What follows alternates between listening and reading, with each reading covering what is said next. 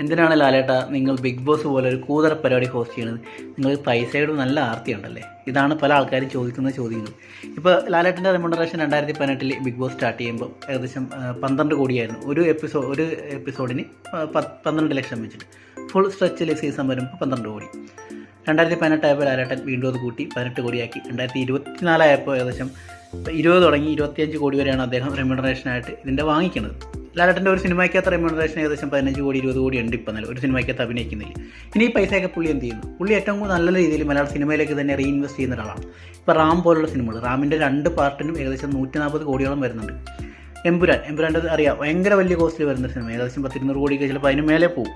അപ്പോൾ ഇങ്ങനെയുള്ള സിനിമകൾ വരുമ്പോഴും ഇങ്ങനെ ബൗണ്ടറി ഭേദിച്ചിട്ടുള്ള സിനിമകൾ ഇറക്കാനും അങ്ങനെയുള്ള സിനിമയ്ക്ക് പ്രാധാന്യം കൊടുക്കുന്ന വലിയ സിനിമകൾ ഇറക്കാനൊക്കെ ആയിട്ട് ഫണ്ട് കളക്ട് ചെയ്യണം. അപ്പോൾ ഇതൊക്കെ ഇങ്ങനെയുള്ള പല മാർഗങ്ങളിലും കൂടിയാണ് ലാലേട്ടൻ ഫണ്ട് ഇതിനകത്തേക്ക് തന്നെ റീഇൻവെസ്റ്റ് ചെയ്യുന്നത്.